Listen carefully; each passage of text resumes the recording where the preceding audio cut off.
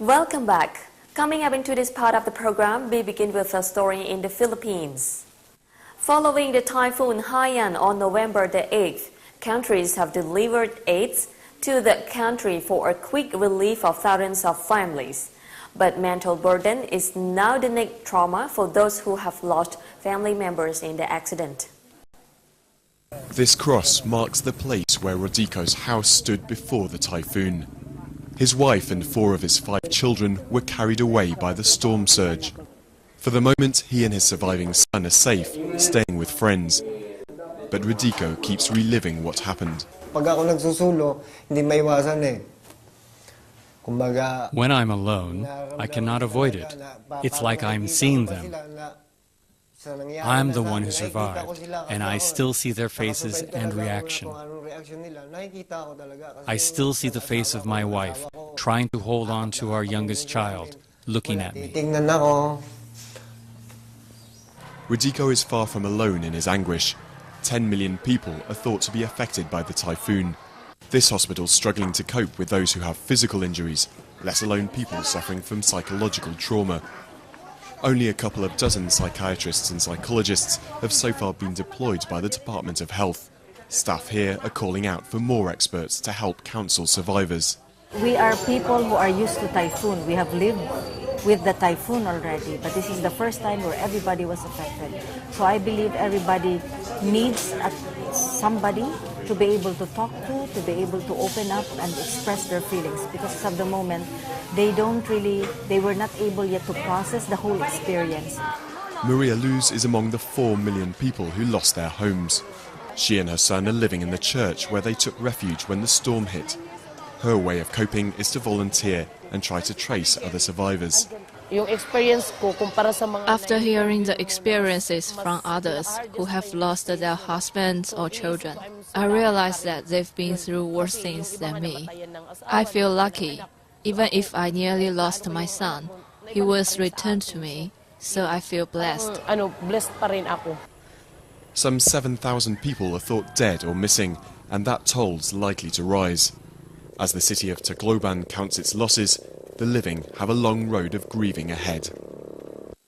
President of the International Criminal Tribunal for the former Yugoslavia, Theodor Moran, visits Bosnia's mass grave from which 430 bodies have been uncovered so far.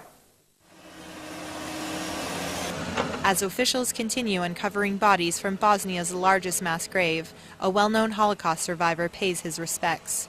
Theodor Moran, president of the International Criminal Tribunal for former Yugoslavia, says the site has a special significance for him. It is very difficult for me to speak at this place, where one stands face to face with the horror that man can do to other men.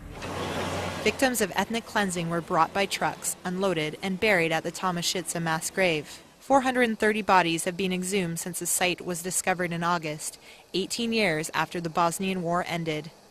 It's a painful reminder to those who lived through the country's dark past, such as this Bosnian man who believes that members of his family have been exhumed from the grave. There's a message I want to pass to Mr. Meron on behalf of the victims from Prijedor. We are not satisfied with the work of the Hague Tribunal, with the severity of the punishments for the war crimes, and with the practice of the tribunal to release from prison those who have served 2/3 of their sentence. Around 1,200 people are still missing from the Prijedor area. An incredibly rare and near-complete Diplodocus dinosaur skeleton dug up in America is now on display and up for auction in the UK. It stands 17 meters long and just over 4 meters high. A rare Diplodocus dinosaur skeleton that was discovered in America is about to go up for auction in the UK. At 55 feet long and more than 14 feet high, it's one of only a handful of Diplodocus skeletons in the world that's about 50% complete, with the rest painstakingly replicated. Errol Fuller is the curator of the auction, which will take place at Summers Place Auctions in Billingshurst. He says skeletons like this rarely come on the market as they're owned by museums.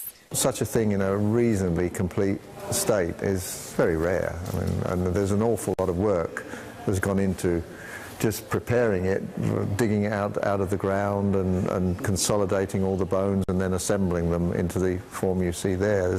There's hundreds, thousands of hours of work gone into that. The estimated value is between $650,000 and $968,000, but auctioneers admit they don't really know what price tag to put on such a rare item. The fossil skeleton was discovered by a paleontologist in a quarry in Wyoming.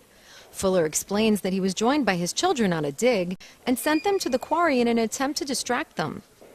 At the end of the day, they came back and they said, "Dad, we found an enormous bone." So he immediately said, "Oh yeah, okay, I'll come and look, but do I have to, you know?" And when he went and looked, there was this one of those enormous leg bones lying that they'd exposed, taken all day to expose, and he realized straight away that there was going to be a lot more there, and the rest is sort of up there. It took 9 weeks for experts to dig the bones out of the ground, several months to prepare, and several more to assemble the metal frame in Holland. Fuller said he'd like to see the fossil end up in the Natural Museum of History in London, where a famous Diplodocus skeleton replica has stood in the main hall for more than a century. The auction will take place on November 27th.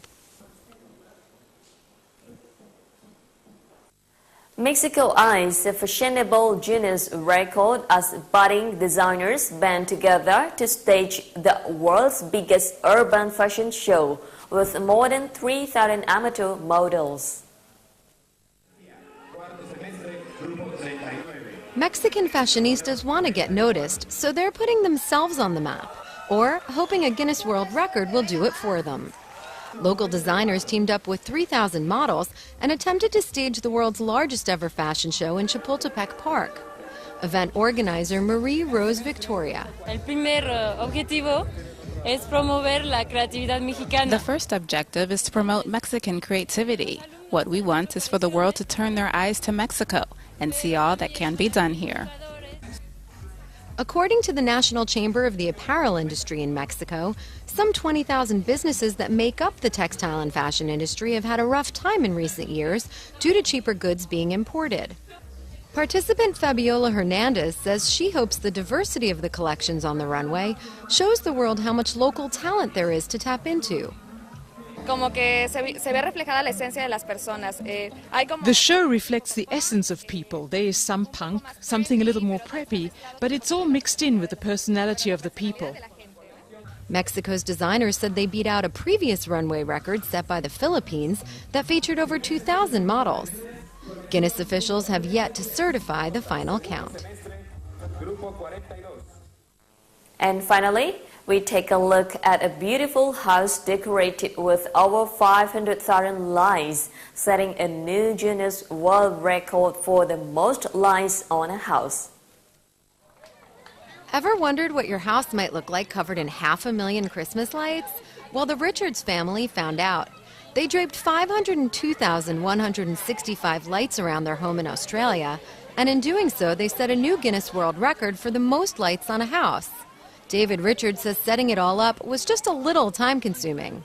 It took me quite a while to set it up. I started in October. I took a week off in October school holidays and then have worked every weekend since. The electricity bill will certainly be higher in the following weeks, but Richards says a local power company is supporting his project. It's about another $2,500 per month for the month of December in power, but we're very fortunate in that ActuAGL are sponsoring it with their green energy program, so it's doing something for nature as well.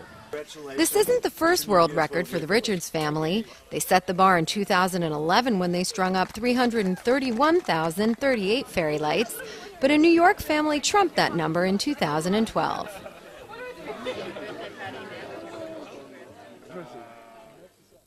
That's all for today's program. Thank you for watching from me, Tana, and the rest of This is Cambodia team. Good night.